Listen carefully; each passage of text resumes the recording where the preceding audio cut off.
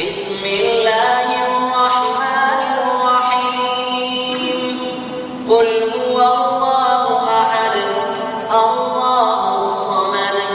لم يلد ولم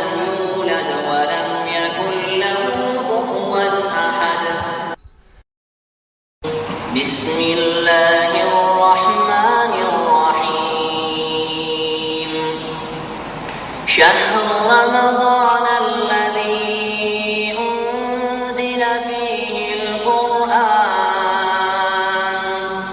الذي أنزل فيه القرآن هدى للناس وبينات من الهدى والفرقان فمن شهد منكم الشهر فليصم ومن كان مريضا أو على سفر فعدة